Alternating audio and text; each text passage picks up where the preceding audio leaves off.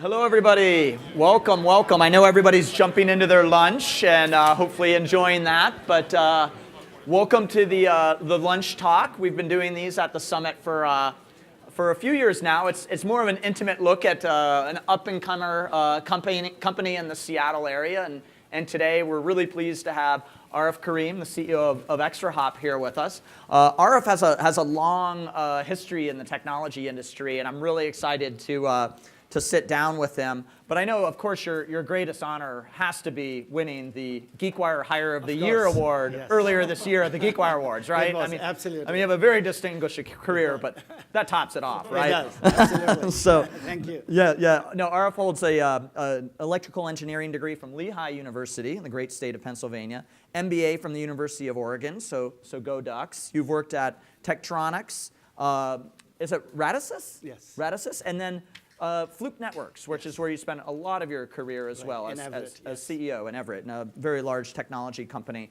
But I think just to start, a lot of people probably don't know who ExtraHop is. So maybe if you can give us the quick primer on what ExtraHop is and what you do. Certainly, yeah.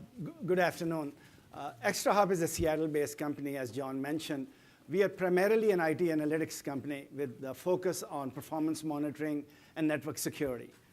Our customers are typically IT professionals and security practitioners in Fortune 2000 companies. They will use ExtraHop solution for understanding why their applications are not running the way they are supposed to be, why there is an anomalous behavior in their performance, and then be able to then fix that. Or look at the business transactions which are taking place in the store and looking at the speed and how quickly they are being processing. Or a security practitioner may be looking at where did I get a ransomware infected? How do I identify which machine has been affected and to quarantine it? You can look at us as those of you who are familiar with a company called Splunk in the Bay Area. We are kind of Splunk. They are mostly giving you insights by looking at machine logs, whereas we are grabbing real traffic, real time, and then providing you the insights, what is happening in your whole infrastructure. So that's really what we do. I'll give you quick two examples, local examples of how customers are using us. Seattle Children's Hospital is one of our customers.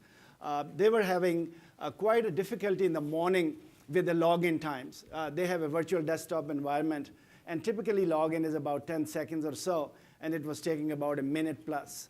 And then when they deployed ExtraHop, they discovered that some of the users, while they were logging in, were also downloading multi-gigabytes of their photo library into their My Pictures folder.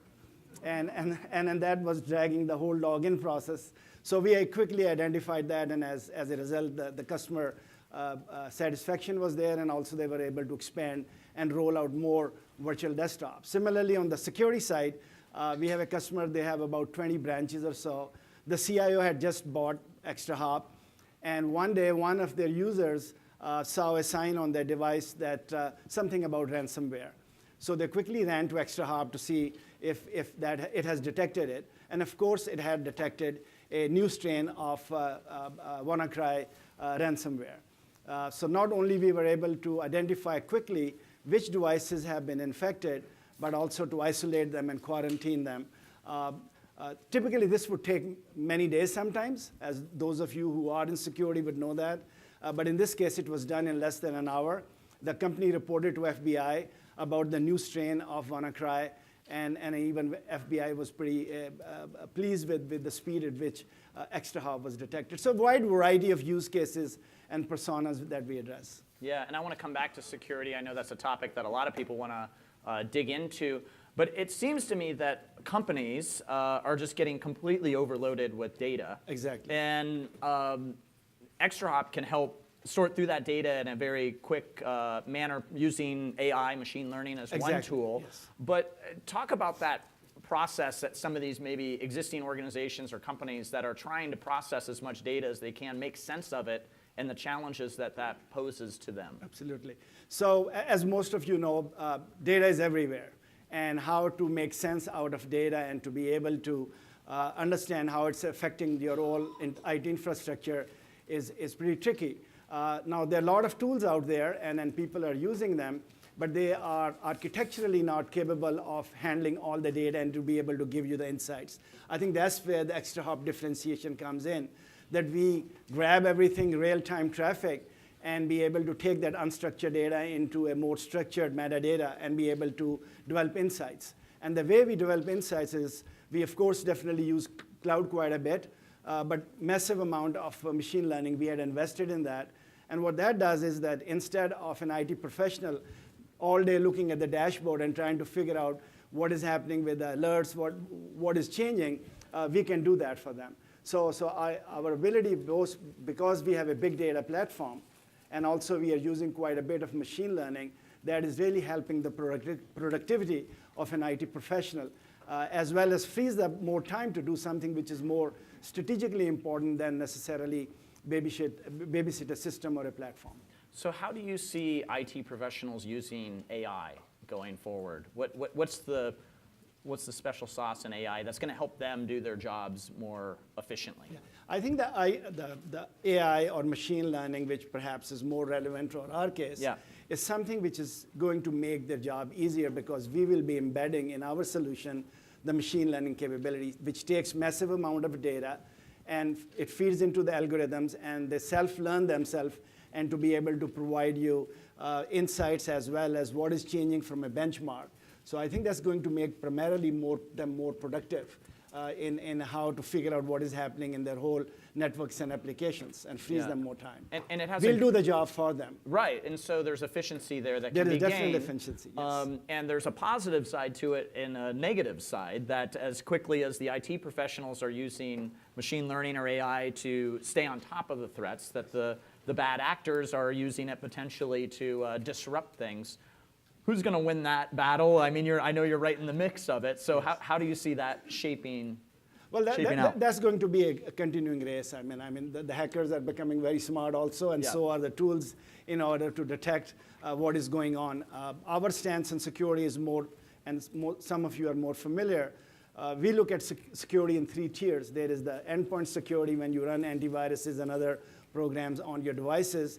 Then there is perimeter, where the firewalls come in. But you are seeing quite often the hackers are able to sneak beneath the devices as well as the parameters and get into the network. And then they stay dormant for a very long time. Nobody knows that. And that's where ExtraHop comes in, to be able to quickly detect a threat, or to be able to quickly find that a breach has happened. And they're getting smarter, but so is the AI and the machine learning in our solutions are also getting very smarter. So it's a race. Yeah. I believe that at the end, the right people, the good people will always win, either with the help of machine learning or whatever, and the others will be defeated. Yes. Yeah, and I know you want to talk about leadership as well. You've built some powerful companies over the past several years. And what do you think it takes to be a great technology leader? Good question. Yeah. So, you know, I mean, I'm not trying to be a management guru over here, but why don't you go ahead? Yeah, I'd like to hear Many this. people ask me that what attracted me to ExtraHop, and I think that should be something which anybody who's looking for a leadership position in a new company be looking at. And it's not a rocket science. You definitely need to look at what type of team is there, or what are the gaps there, because at the end of the day, the best team wins. It's all about the people. Are they courageous enough to address the challenges which the customers and the company has? The next piece becomes, it is innovative, especially if you are in high tech, you have to be in a company which, as part of its culture, is innovation driven. Because I believe that high tech companies, if they don't innovate, they become sick or they die. That's the only choice they have. So, and innovation is a big engine for growth. The third thing is, do they have a technology which is differentiating? And lastly, are you participating in markets which are growing and are big? These things are critical when you are looking for an opportunity, and ExtraHop luckily has got all those, and that's what attracted to me. But then there has to be a playbook that, okay, we are a late stage startup, and how do we become from good to great? I'm a big fan of Jim Collins, and I've read all his books, and a practitioner of what he says. But there is also another old McKinsey study, which some people know, but I'm a practitioner of that as well. And it talks about 4 S's. 4S stands, first one is strategy, the next is structure, the third is staffing, and fourth is the systems. And we all know about strategy that you need to start with a vision and be able to have a strategy how you'll get from point A to point B. It's very, very important to have a vision and a strategy for the business and a way to implement that strategy. And that's where the structure comes. There are certain structures which acts as a catalyst for the execution of strategy and some which kind of create friction. So you need to make sure that you have the right structure, the right focus in your organization to be able to execute the strategy. The third thing, which is the most important, is the staffing or the people piece. Because you can have the best strategy, it's a PowerPoint at the end of the day, but it's the people who are going to execute that strategy and drive results.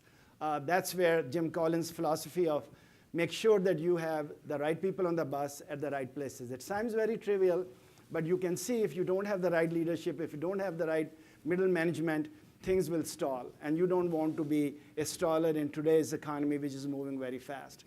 And the last piece, which is less understood, and I practiced that quite a bit in my last company and the parent company for which we reported into, is all about systems or processes.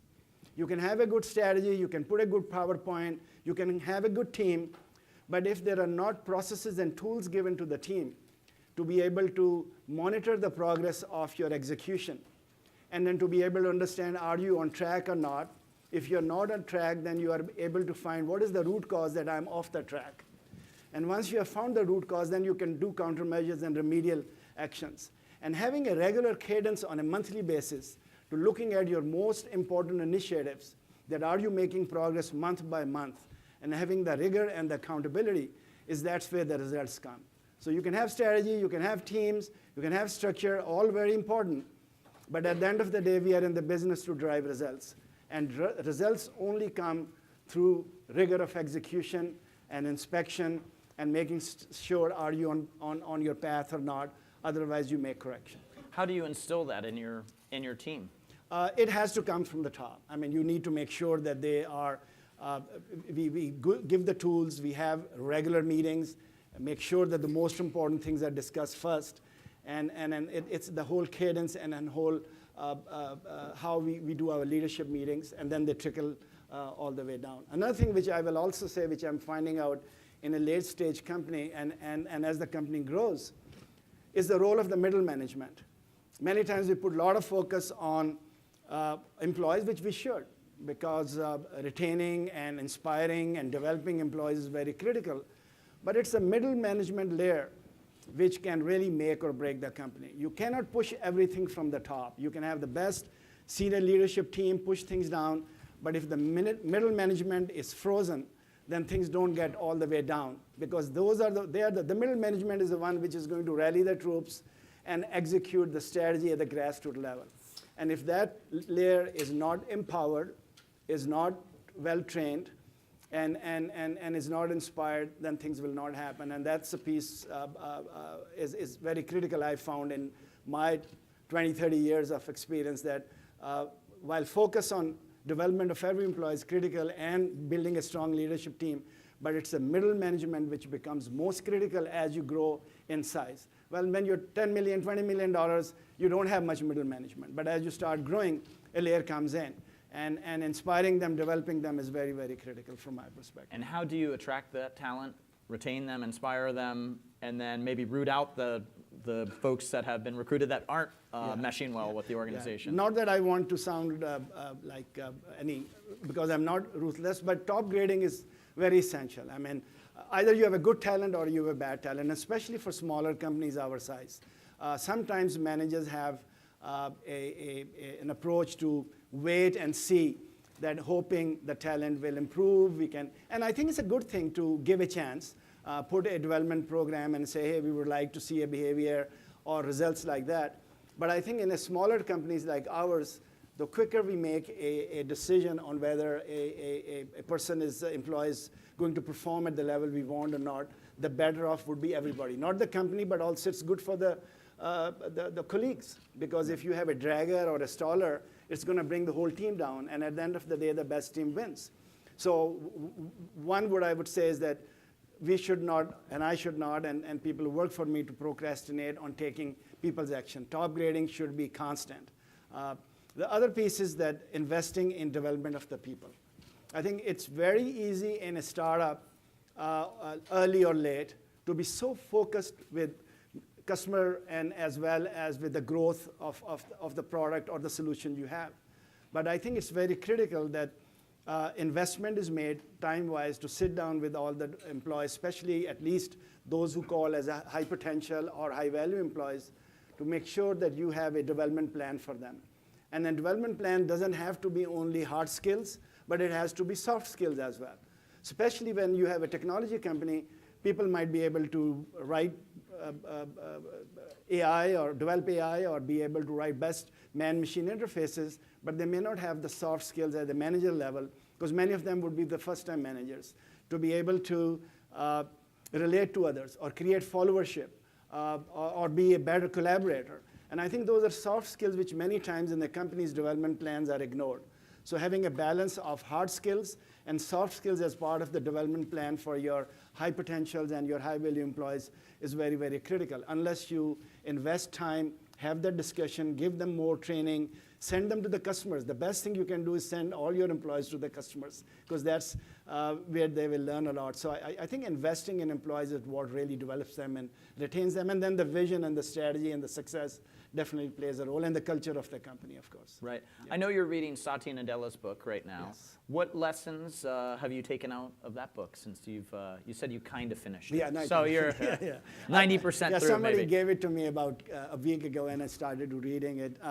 One thing, there was a commonality, and I'm not claiming that I'm Satya, but anybody who comes from the Indian subcontinent, whether boy or a girl, young, they always want to be a cricket hero.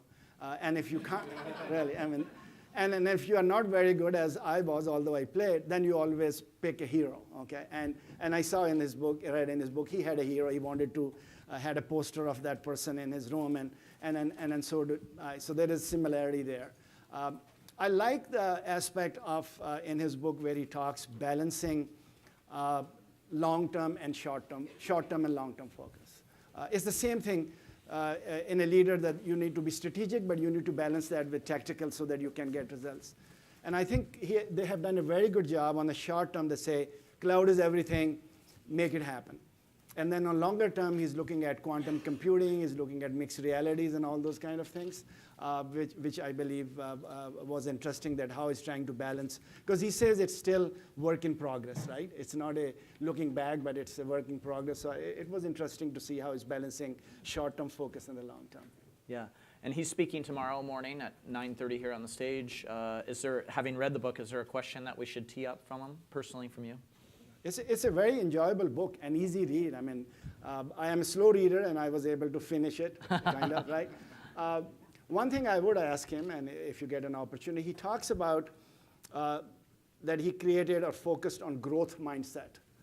And let me define growth mindset if I understood him correctly. Either you can have a fixed mindset or a growth mindset.